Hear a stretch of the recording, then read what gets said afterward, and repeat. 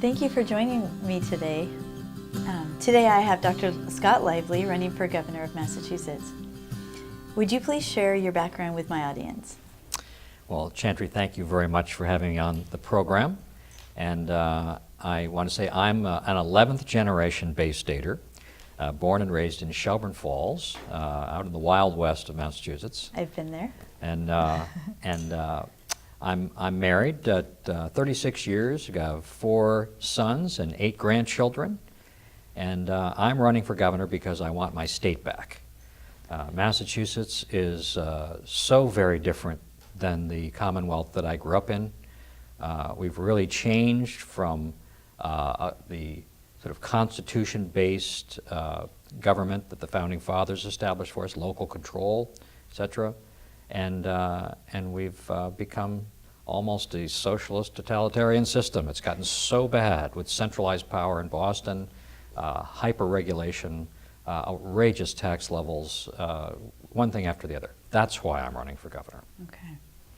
So do you support President Trump and his America First agenda? Absolutely. I've promised to be the most pro-Trump governor in America.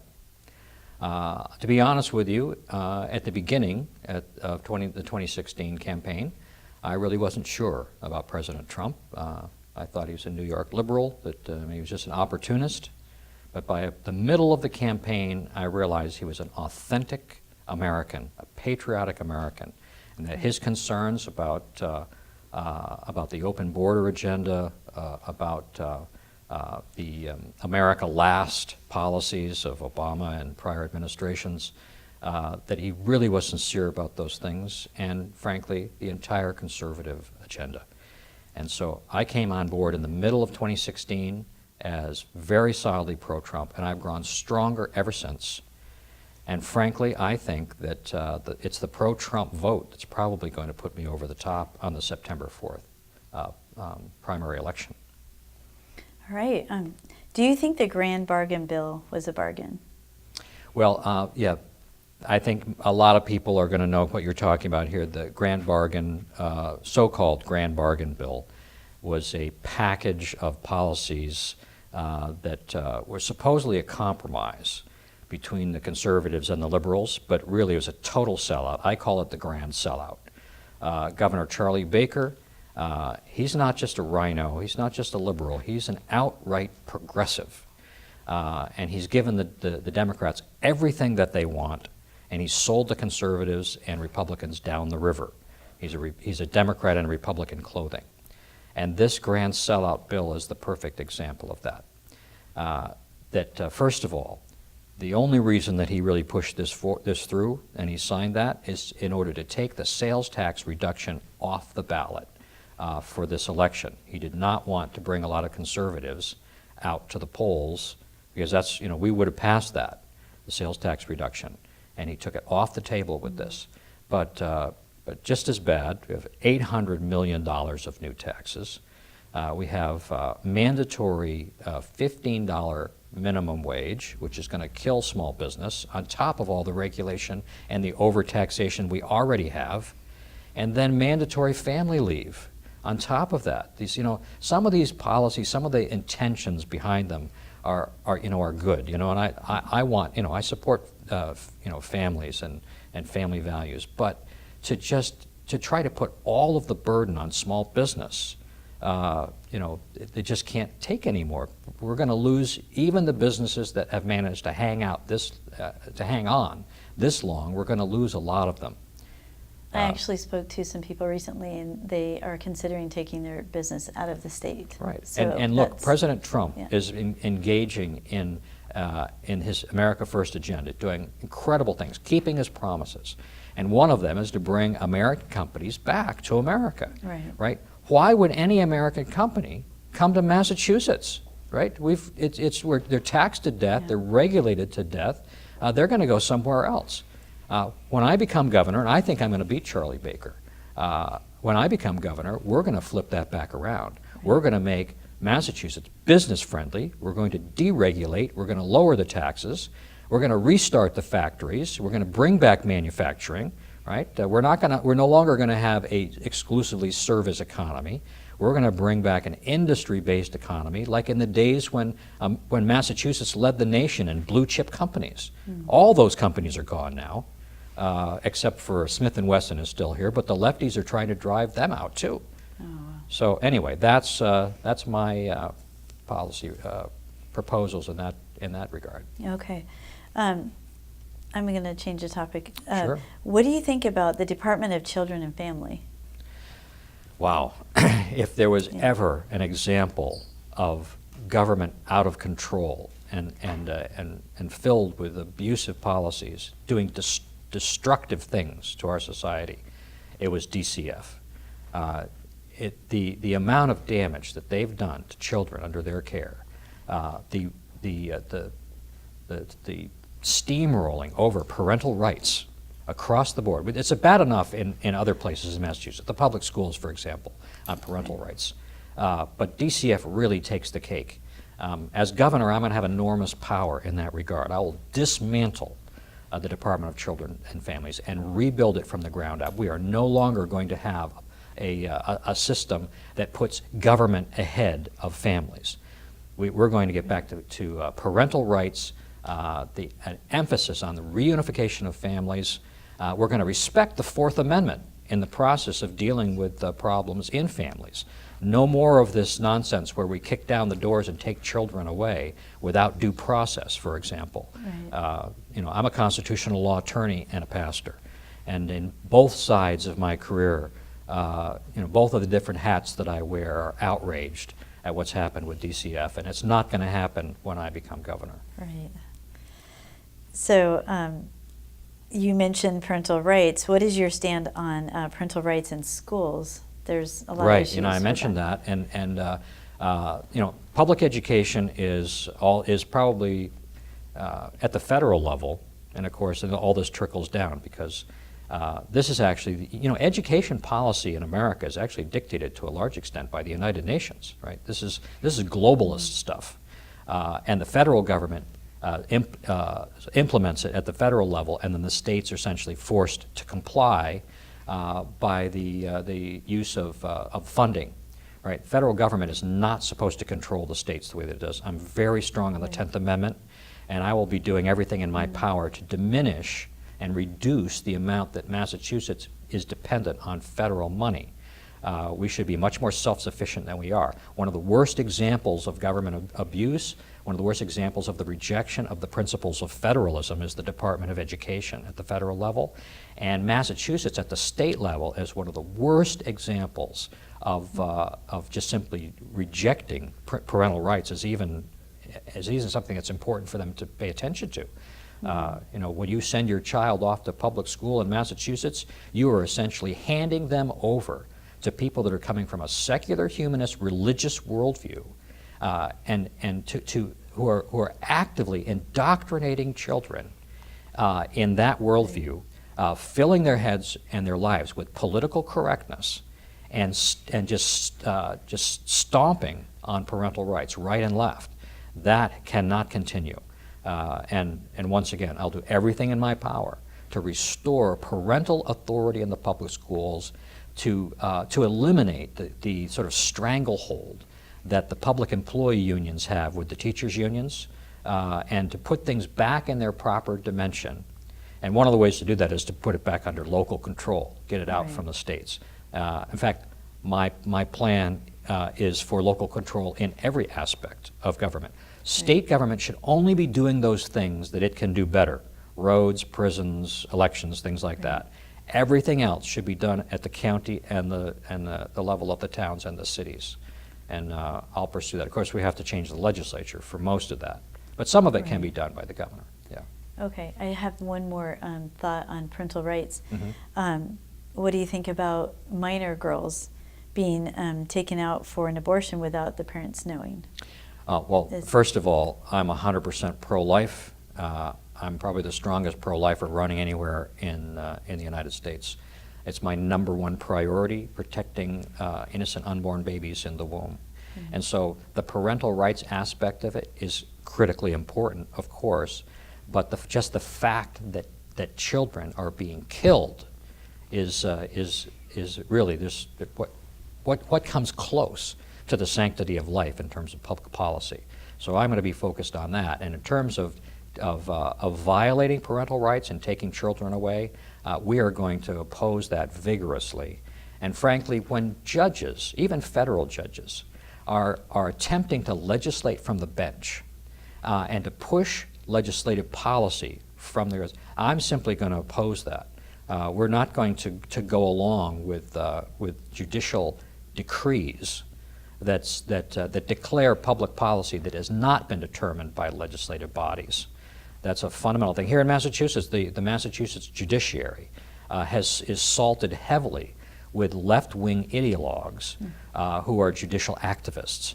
And the good thing about the separation of powers is the governor has enormous ability to be able to resist the encroachment of the other branches on the executive power.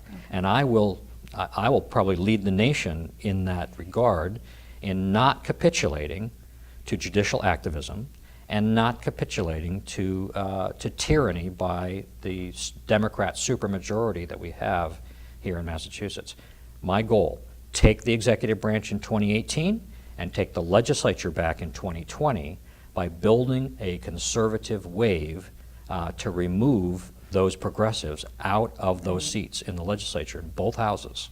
It's been a very long time since we've had that, right? We were talking earlier today about, you were mentioning about Right, it's been at President least Reagan? 50 years. It's been, Reagan was the 80s. Yeah, okay. Ronald Reagan, of course, he was a presidential candidate, but he's the only presidential candidate to win in Massachusetts since Eisenhower. Right. And he won in 80 and 84 very strongly because he was a full spectrum conservative. He was openly pro-life, pro-family. He didn't shrink from that. And frankly, he proved, and then Scott Brown later reinforced the fact that the voters of Massachusetts are conservative. They're not liberal. It's the media and the Democrat power structure on Beacon Hill that's Democrat. It's not the voters. They're actually conservative, and if you give them a chance to vote conservative, they will. And the problem with the Republican Party is they have been betraying republicanism and betraying conservatism all the way back to Weld.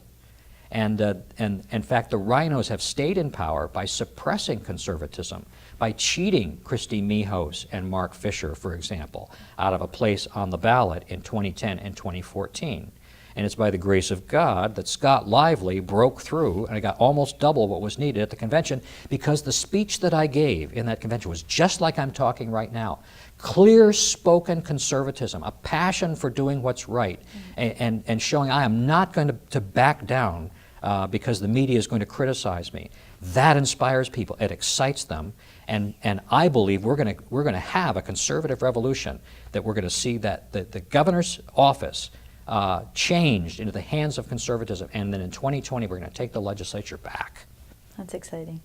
It's I'm very really exciting, and it's excited. doable. It's doable. It Let me is. just It one is not more impossible. point on this. Yeah, go Look, ahead. in Massachusetts, in the Republican primary, a vote in a Republican primary is worth 1,000 votes in the general. Literally, right? Because people don't generally 159,983 votes were cast in 2014, right? That's all in the Republican primary. That means that less than 80,000 votes would have flipped Massachusetts conservative for Mark Fisher if Mark Fisher hadn't been sabotaged at the convention and then didn't get on the ballot to the court settlement much later. Right. So that's not going to happen. This time we've gone further. The conservative movement is further ahead right now than we've been in 50 years. This is historic. Wow. And it isn't just my race. We have a full conservative slate, right? Senate, governors, attorney general, all the way down, Senate, legislators, county commissioners, all the way through. We have an enormous bench right now, conservative bench. Very exciting. Very Things are going to exciting. change Very dramatically exciting. very soon, if people get out to vote on September 4th. Yes, That's when the change we'll see. that's We'll right. see That's when the change will happen. So Governor Baker just signed the red flag gun law. What do you understand this bill to mean? Right. Look, I'm a constitutional law attorney, right? And I'm also a historian on this. I understand that the original intent of the Constitution. I am 100% Second Amendment. And let me just say that what the Second Amendment is the codification. In other words, the writing into words, the principle, the unalienable right that the Founding Fathers recognized in the Declaration of Independence. When it talks about unalienable rights, it's talking about natural rights we hold as human beings. One of them is the right to self-defense. That's all the Second Amendment is. Right. It's a codification of the right to self-defense in the Bill of Rights, and that these attempts to confiscate guns, these actual bills, actual laws that are now confiscating guns, completely unconstitutional. I'm not only going to roll back the red flag bill, I'm going to push to make Massachusetts the most pro-gun state in the Union. People of Massachusetts should be the best trained and the best armed of any state in the Union, when we do that, we will have the lowest possible crime rate. Right? It's the terrorists and the criminals that should be afraid to go out their doors, not our family members. Right. And that's Scott Lively policy on the Second Amendment. Okay, awesome. So will you sign any gun control legislation?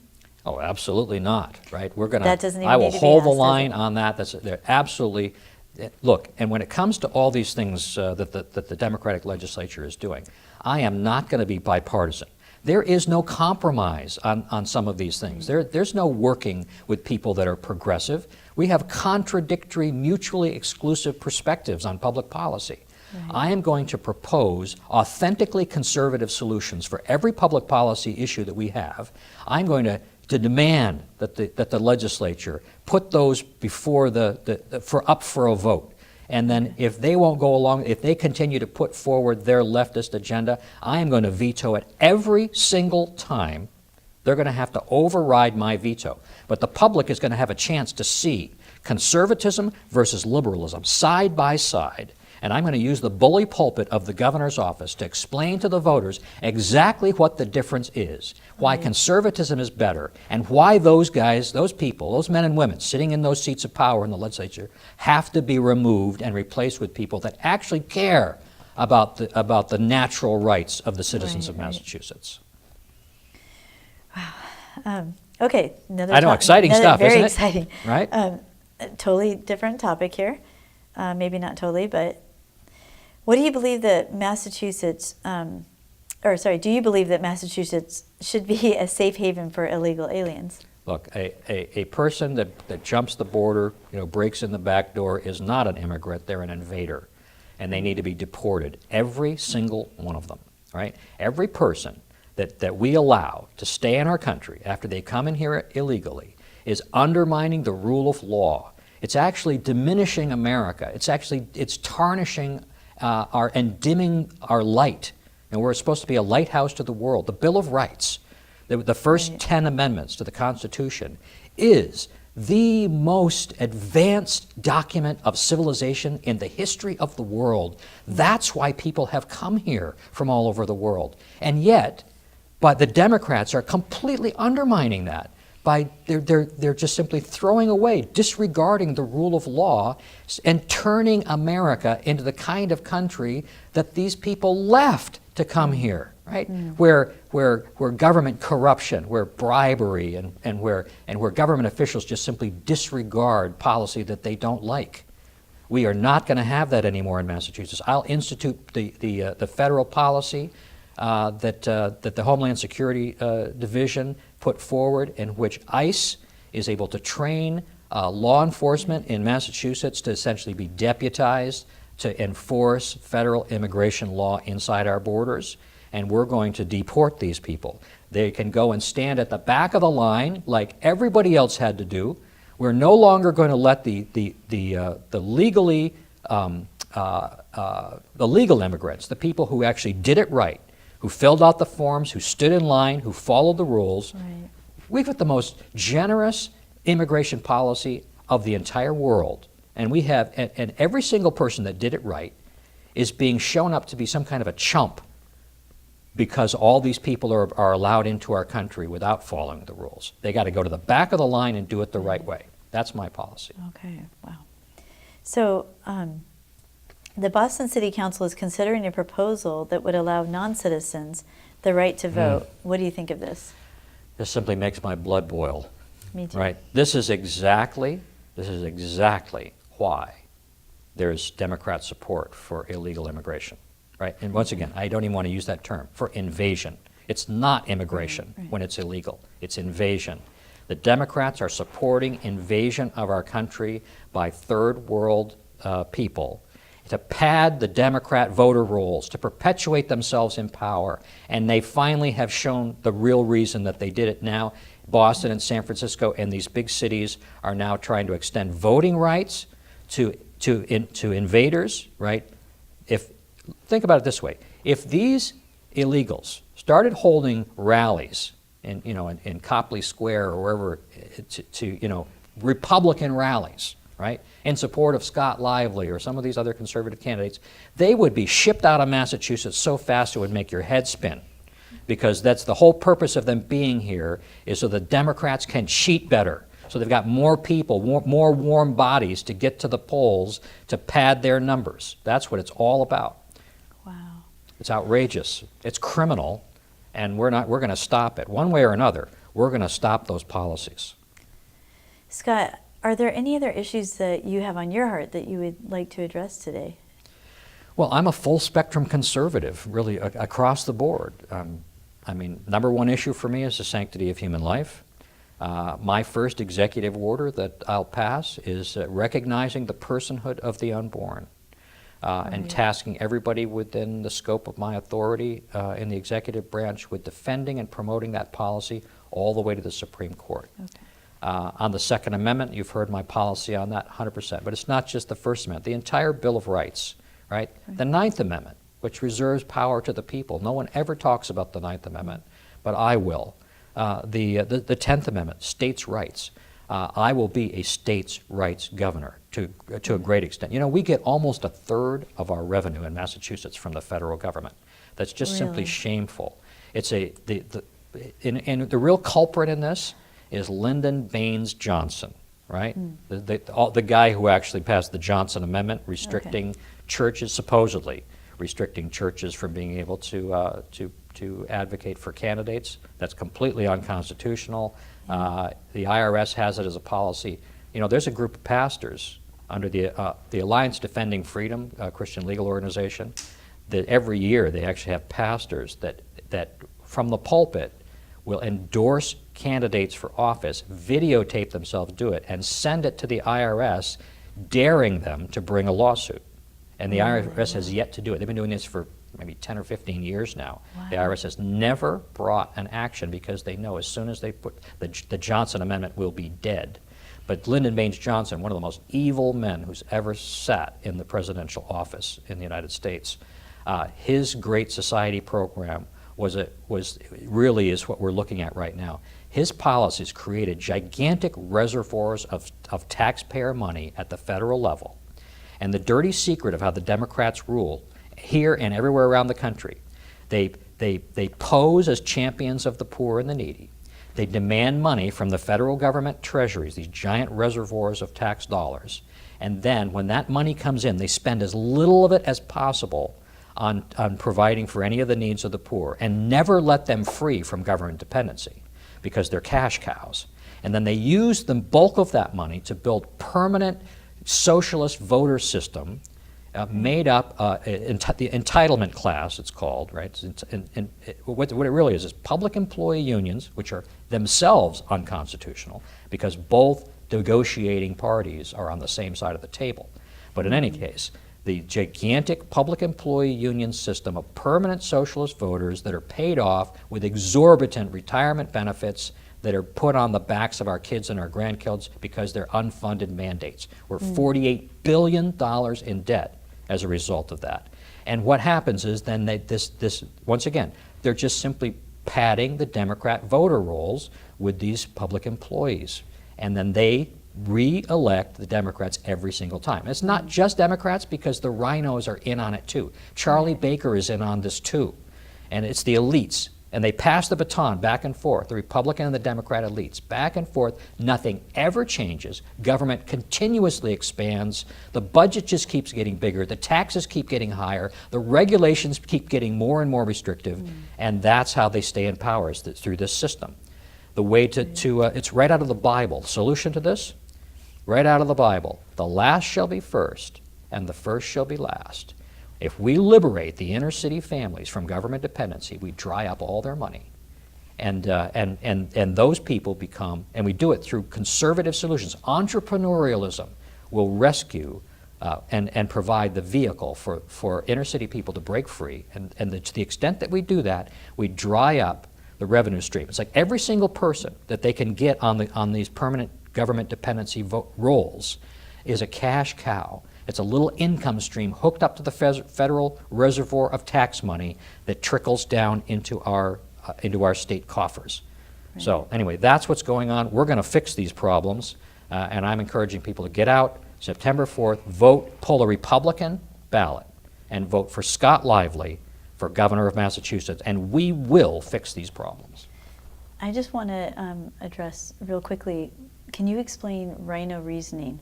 You were on the Ed Lambert show Rhino earlier, reasoning, yes. And you brought that up. Look, we have just a short amount of time. Right. Well, we all know what a rhino is, a Republican in name only.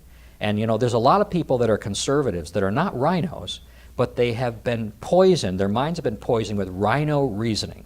Rhino reasoning is the idea that you can only elect moderates to office in states like Massachusetts, that you have to have bipartisanship and cooperation with the Democrats.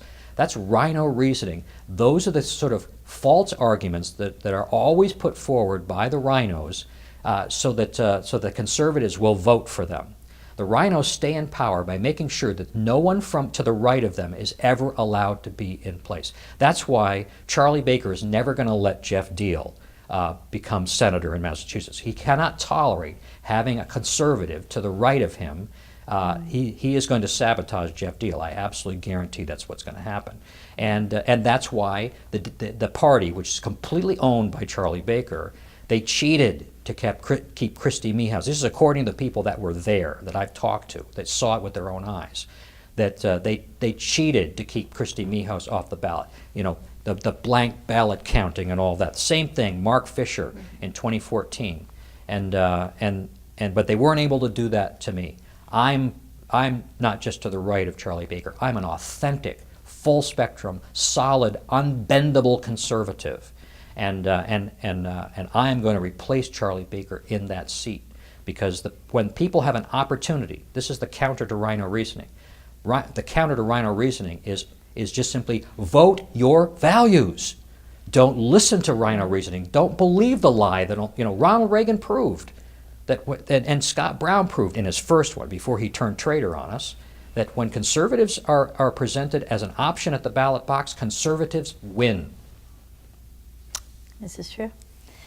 Thank you, Scott, and thank you for joining me today. And where can folks get more information about your campaign? VoteLively.com is our website, VoteLively.com.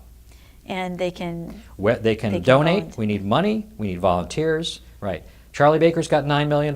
Right. What we have is the grassroots. If the people will get out and vote on September 4th. If you aren't going to be around, do an absentee ballot. Right. Exactly. It's a great way to do it. Exactly. But do vote. Remember, a vote in the primary is worth 1,000 votes in the general. All right.